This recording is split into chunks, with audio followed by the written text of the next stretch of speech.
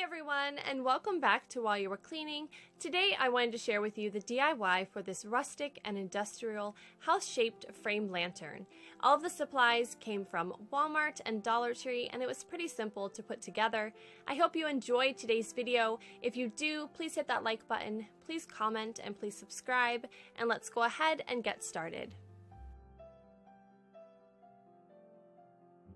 For this project, you'll need 5 square frames from Dollar Tree.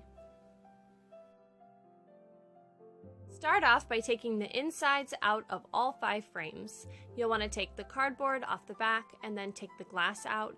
If you pick up these same frames as I did, these have this foam piece that's holding the glass in, so just be very careful so that you don't break the glass. Remove any hardware, and then also with these frames that had that foam piece on them, I had to use a flathead screwdriver to try to just take off the extra little bit of foam pieces that were left around the edge. And lastly, remove all of the black tabs from around the edge of the frame. With my other frames, I went ahead and just removed these tabs while I was first removing all of the insides from the frames. Now we're going to start gluing the frames together. So I'm going to use my hot glue gun, add some glue to the back of one of the square frames, and then go ahead and take my other frame and attach just the edge of the frame to the back of the first frame.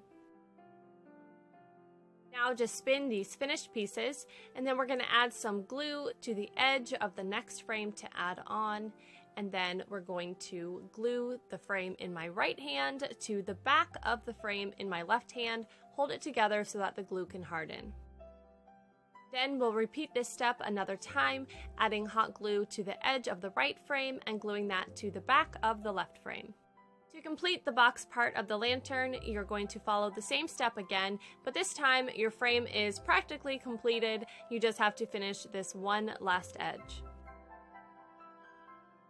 Here you can see by gluing the frames together in this way, your lantern remains a square shape. To finish the top part of our lantern, we're going to pull apart the 5th frame that we picked up. So just be careful with these because these frames are made of some sort of foam, so they can easily break. Also, I pulled mine apart into 4 pieces, and you could actually leave 2 of the pieces attached together. So you also, on any edges where these metal pieces are sticking out, you want to remove those with some pliers. Next step, I'm going to use some hot glue to attach 2 of these pieces back together. Like I said earlier, you could just leave 2 of them attached with those metal pieces. I didn't really think about it until I got to this step where I was actually putting them back together.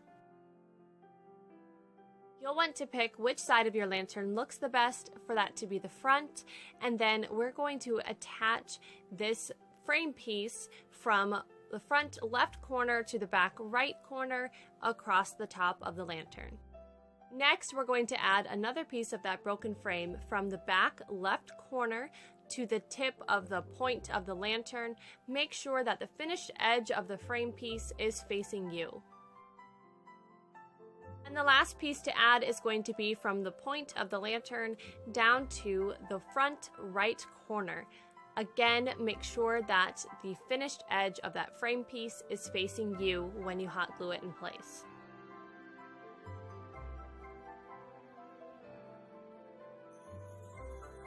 And here you can see that all of the pieces of the lantern are glued in place. You can also see that when you pick a front part of the lantern, that all of these finished edges on the roof line are all facing out at you. I decided to spray paint my lantern, so I'm going to use this Rust-Oleum in the color Metallic Aluminum. I ended up adding 2 coats of spray paint to all of the outside and inside edges of my lantern. I only filmed one of these coats because it was a little bit windy outside and I was concerned about paint getting on my camera. Next, I'm going to use one of the cardboard pieces from the inside of one of my frames as a template to cut out some square pieces of chicken wire. I picked up this chicken wire from Walmart in the crafts section. You can also get it from hardware stores or probably other craft stores as well. I already owned this chicken wire, so I decided to use what I already had, but I think that you could also use some of the black wire waste baskets that they have at Dollar Tree if you don't want to go out and purchase some chicken wire. I cut out a total of 4 of these squares of chicken wire for the edges of my lantern. We're going to work through the bottom of the lantern in order to add these chicken wire pieces. So I'm just going to add some hot glue around the edge of one of the openings, and then we're just going to add the square piece of chicken wire in place. It should be just about perfect to fit into this square place, since we did use the inside of the frame piece in order to cut out the squares.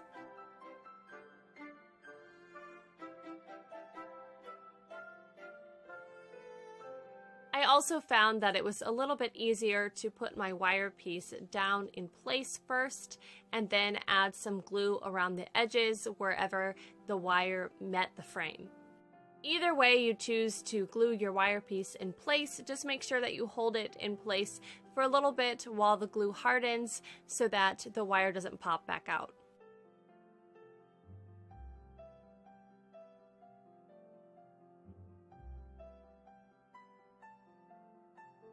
And the last step is to take some sandpaper and to scuff up the edges of my lantern a little bit.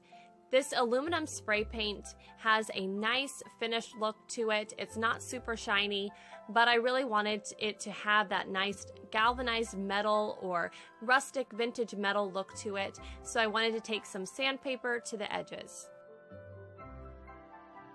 I also used the sandpaper to scuff up a little bit on the roof line of the lantern as well.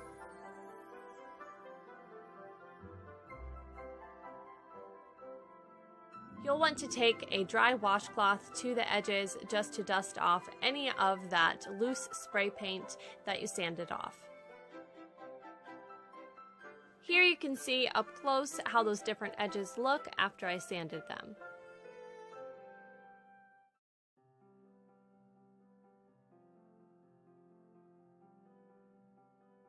And now your lantern is all finished. It's just time to style it and find a place for it in your home. My styling idea was inspired by a lantern in my friend Tina's home. Thanks, Tina!